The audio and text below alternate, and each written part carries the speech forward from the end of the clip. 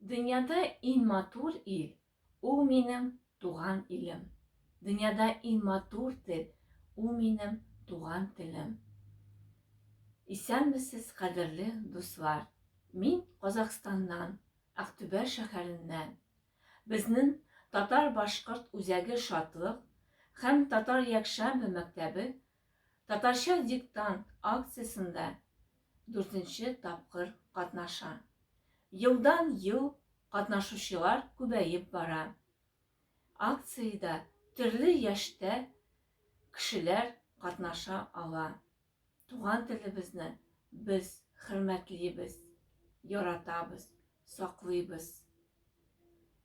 Диктант язучыларга уңышлар телибез.